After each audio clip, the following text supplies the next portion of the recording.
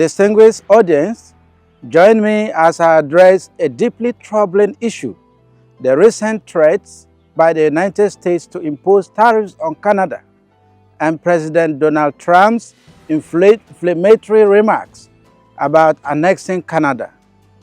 To say the least, Donald Trump's annexation rhetoric is reckless, unfortunate, unfounded, and constitutes a betrayal of the principles of mutual respect and partnership that have long been the bedrock of international relations. On January 20th local time, from the Oval Office, Trump signed a series of executive orders, announcing that starting February 1st, the U.S. would impose a 25% tariff on goods imported from Canada and Mexico. Earlier in response, Canada has prepared a countermeasure list targeting $150 billion Canadian dollars worth of American goods for retaliatory tariffs. Following the announcement, Prime Minister Justin Trudeau stated that all countermeasures remain on the table to address the U.S. tariff hike. As we all know, a tariff is a double-edged sword and would hurt both Canada and the United States if imposed. Canada is the United States' biggest trading partner, accounting for about $725 billion in goods and services every year. Indeed, the two economies are intertwined.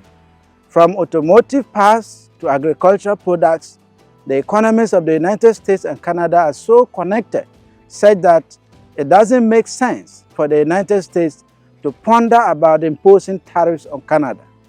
Tariffs would disrupt fragile supply chains, increase costs for American businesses and consumers, and provoke retaliatory measures from Canada, and trigger in a costly trade war that neither of them can bear the consequences.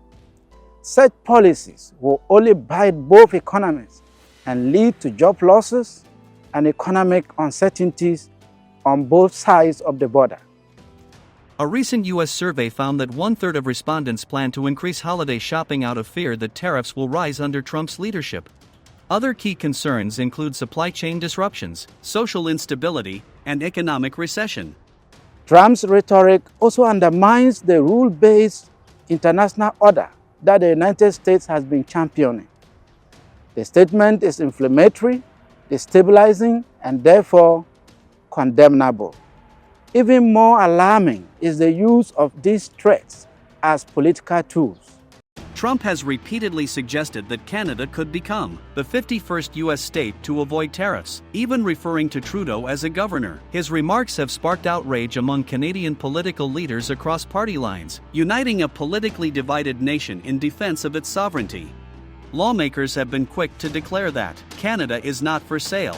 It is preposterous to conceive an idea of annexing a sovereign nation with its own identity, governance, and people.